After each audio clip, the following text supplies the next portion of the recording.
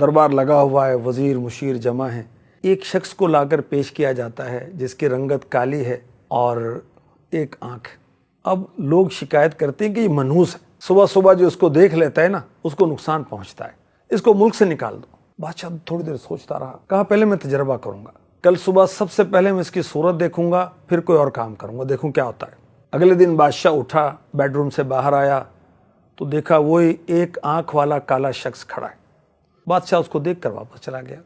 بادشاہ اپنے دربار میں جانے کے لیے تیار ہوا، اس نے جوتا پہننے کے لیے اپنا پیر جوتے میں ڈالا، وہاں بچھو موجود تھا، اس نے ڈنگ مار دیا اور بادشاہ چیخنے لگا۔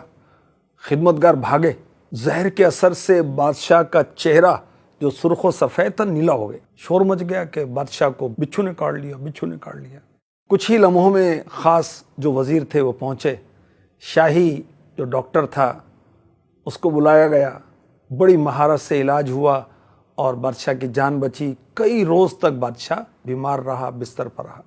طبیعت سنبھلی، اب دربار میں بیٹھا تو ایک آنکھ والا آدمی پھر پیش کیا گیا تاکہ اس کو اب سزا سنائی جائے۔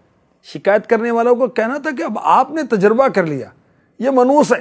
اب وہ شخص جس کو منحوس سمجھا جا رہا تھا، ایک آنکھ والا جو سیاہ فام تھا، وہ رونے لگا کہ فریاد ہے مجھے میرے وطن سے نہ نکالا جائے۔ ایک وزیر کو رحم آیا، اس نے بادشاہ سے اجازت چاہی کہ حضور کچھ عرض کرنا چاہتا ہوں۔ بادشاہ نے کہا کہیے۔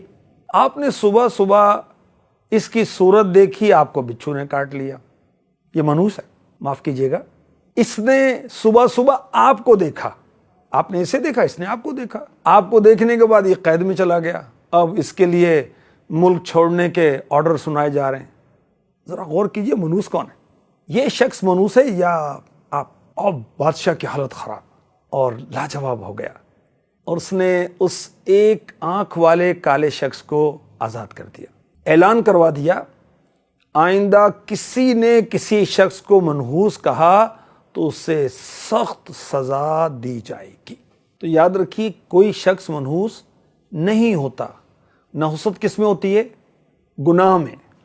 نحوست کس چیز کی ہے؟